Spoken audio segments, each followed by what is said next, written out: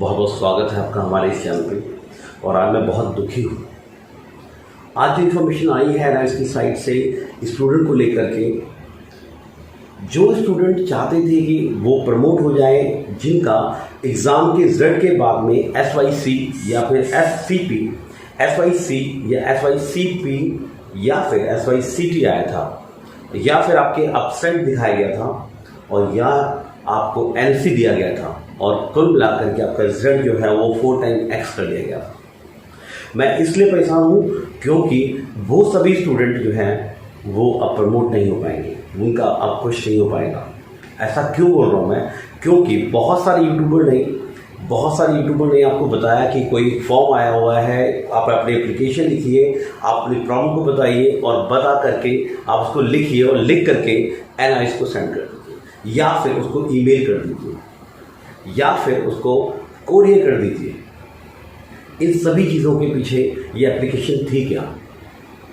और इस एप्लीकेशन में हम सभी ने साथ दिया, हम सभी ने भेजा, क्योंकि हमने शायद उस यूट्यूबर की बात हमने सुन ली थी, लेकिन हमने ये बात नहीं सुन पाई कि क्या वो यूट्यूबर जानता था कि ये सब क्या है और ये क्यों हो रहा है।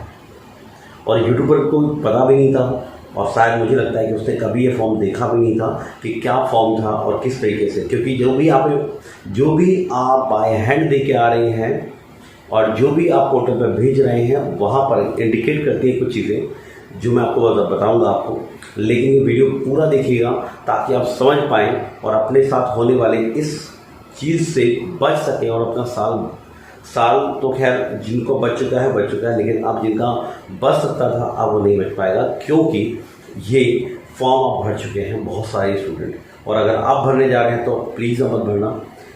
नोएडा सेक्टर 62 में इस फॉर्म को भरवाने, कौन सा फॉर्म है ये भरवा करके NIOS कुछ साबित कर रही है कि आपके साथ जो हो रहा है उसके लिए आप तैयार हैं, और आपके साथ जो हुआ है उसके लिए आप तैयार हैं।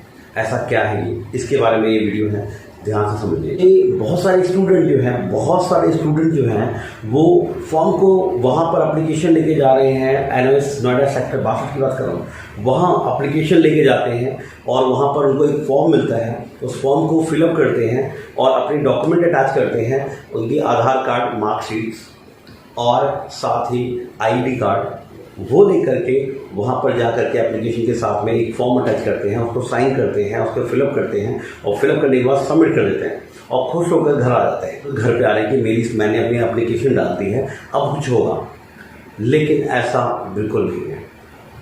क्यों ऐसा मैं बात कर रहा हूँ? क्योंकि आप देखेंगे इस फॉर्म को पहले देखिए। इस फॉर्म में स्टार्टिंग क्या बोला गया है, तो ये फॉर्म देखिए। मैं आपको फॉर्म के बारे में बताता हूँ। फॉर्म की बात करें, फॉर्म के अंदर दी है 9 कंडीशन दी हुई है। 9 कंडीशन को अगर आप समझ लेते हैं तो आप समझ जाएंगे कि ये फॉर्म, ये एप्लीकेशन आपको बिल्कुल नहीं देनी है।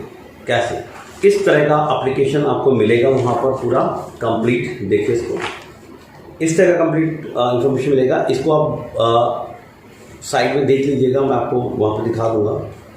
इस एप्लीकेशन में पहली 9 कंडीशन हैं, इसको देखते हैं आप।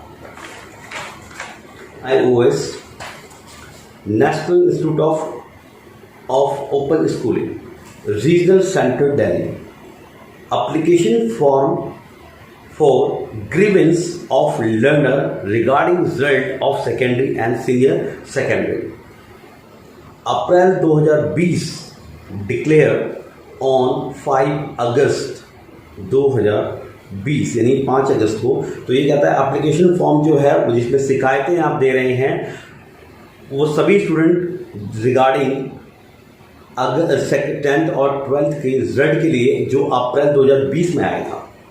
और 2020 में अप्रैल 2020, देखिए सबसे पहले बात करते हैं ए में ऑप्शन दिया है कि अब्सेंट इन TMA। अगर आप TMA में अब्सेंट होते हैं तो सब्जेक्ट आपका क्लियर नहीं है थ्योरी का।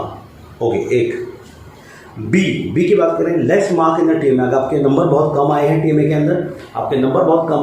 के अंदर, so late to clear in the theory subject, yet to clear, यानी कि ये थ्योरी का सब्जेक्ट आपका इसलिए क्लियर नहीं है। नेक्स्ट बात करें, TMA submitted at study centre but shown absent in the result. आपके स्टडी सेंटर पे TMA सबमिट हुआ था, लेकिन वो आपके रिजल्ट में अब्सेंट शो कर रहा है, आपने सबमिट किया था। नेक्स्ट आते हैं D, appeared in the practical examination but Son absent in the result. आप अपीयर हुए थे, आप गए थे प्रैक्टिकल के लिए, लेकिन आपका जो रिजल्ट है उसके अंदर आपके absent लगी हुई है, ए भी लिखा हुआ है। ई की बात करते हैं, formative marks not uploaded by your study. Formative marks जो है वो अपलोड नहीं किए गए आपके स्टडी के सेंटर के द्वारा। स्टडी सेंटर वालों ने आपके फॉर्मेटिव मार्क्स जो हैं वो अपलोड नहीं किए।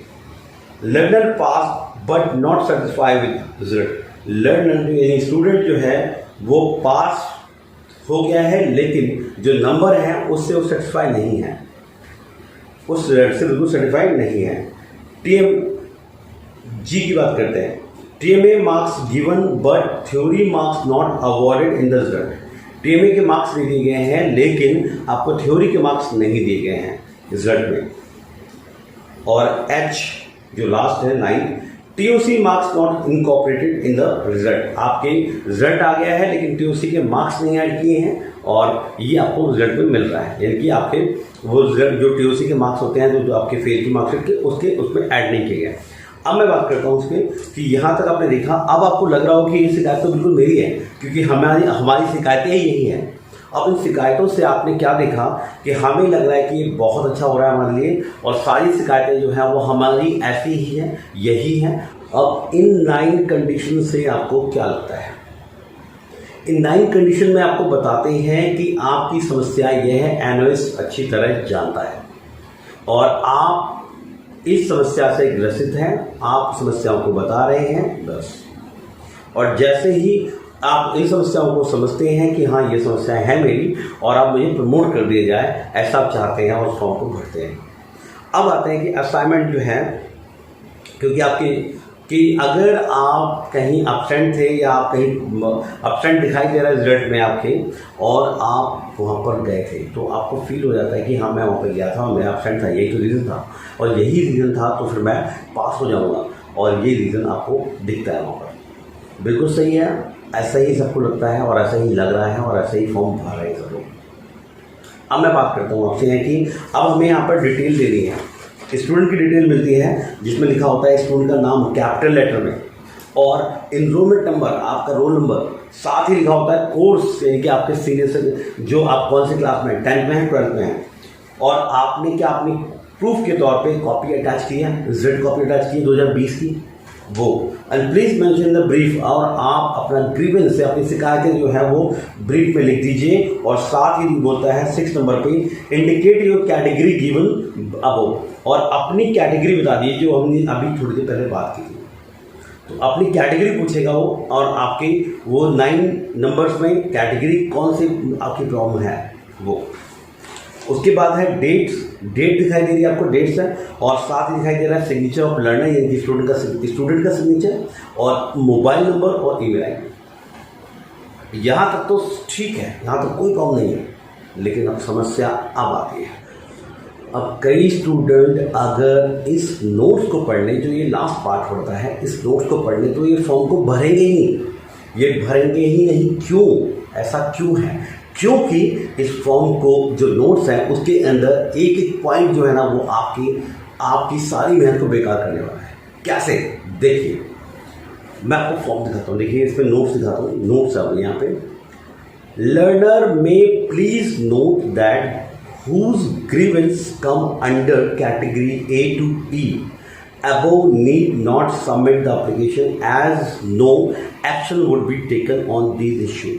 यानी कि A से लेकर के E तक के बीच में आपको कोई एप्लीकेशन देने की ज़रूरत ही नहीं है, और जब आपको कोई एप्लीकेशन देने की ज़रूरत ही नहीं है तो आपके, क्योंकि इस पर कोई एक्शन लिया ही नहीं जाएगा। अब मैं बात करता हूँ A to E की बात करता हूँ। A to E हमने कौन से देखे थे, अब आप देखिए। A to E में हमारे पास सबसे पहले हमारे पास क्या था, एब्सेंट इन टे में। अगर आप टे में एब्सेंट है तो आपका थ्योरी क्लियर नहीं है। अगर आपके मार्क्स कम आते हैं तो आप थ्योरी में क्लियर नहीं होते हैं, और इस वजह से क्लियर नहीं होते हैं। और टे में आपने सबमिट नहीं किया, लेकिन वहाँ पे आपकी रिजल्ट में आपने टे में सबमिट किया था, लेकिन रिजल्ट में आपके एब्सेंट आ रहा है।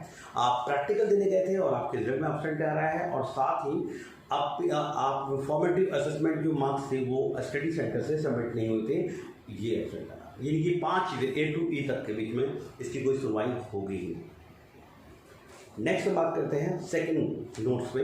सेकंड नोट्स को देखिए, learner who fall under F not certified with their result. ऐसा कोई भी स्टूडेंट जो सर्टिफाइड नहीं है वो मे अपीयर नेक्स्ट एग्जामिनेशन। अगर वो पास हो चुका है तो अगले एग्जाम में, अगर वो सर्टिफाइड नहीं है अपने नंबर से तो अगले एग्जाम यानी कि अक्टूबर के एग्जाम के लिए वो अपनी एग्जाम फीस जमा करे और वहां पर एग्जाम देके पास हो जाए, जो कि 16 तारीख के बाद से यानी 16 अगस्त से इसकी एग्जाम फीस स्टार्ट हो जाती है। थर्ड पॉइंट बड़े ध्यान से सुनिएगा। थर्ड पॉइंट, लर्नर यानी कि student whose application would be under category from G to H above will be informed through email at the earliest possible। so जो स्टूडेंट G to H है उनको ही देखा जाएगा। G to H के अंदर क्या देखा जाएगा कि जो ईमेल है अर्लीस्ट पॉसिबल उसके अंदर जितनी जल्दी हो सके आपको इन्फॉर्म करेंगे। अब G to H की कैटेगरी देख लेते हैं क्या है। TMA मार्क्स गिवन, आपको TMA मार्क्स दिए गए हैं but theory marks not awarded in the result. आपको TMA मार्क्स मिले हैं लेकिन थ्योरी के मार्क्स नहीं मिले हैं, तो आपको वहां पर रिवर्ट मिलेगा NIOS की साइड से। दूसरा, TOC marks not incorporated in the result. TOC marks को जोड़ा नहीं गया है, उसको जोड़ा जाएगा। तो यानी कि कुल मिलाकर के कि ये जो हमने एप्लीकेशन दी है ये हमारे किसी काम की नहीं है, बल्कि NIOS के पास में एक प्रूफ आ गया है कि आप उसकी जो उसने रिजल्ट दिया है उस पर आप सहमत हैं। इस प्रूफ की वजह से अब उसके पास में आपके द्वारा साइन किए हुए, आपके द्वारा सबमिट किए हुए डॉक्यूमेंट हैं कि आप चाहते हो कि मैं आप जो NIOS का फैसला है कि जो ने फेल किया है या जो SYC है या आपका रिजल्ट रुका हुआ है, कुछ भी ऐसा है तो आप इस पर एग्री हैं। और अगर अगर आप चाहते हैं कि मार्क्स बढ़ेंगे तो आप अपना एग्ज़ाम के लिए तैयार हैं कि आप अपनी एग्ज़ाम फीस जमा करेंगे और साथ ही दोबारा अक्टूबर में एग्ज़ाम देंगे। ये है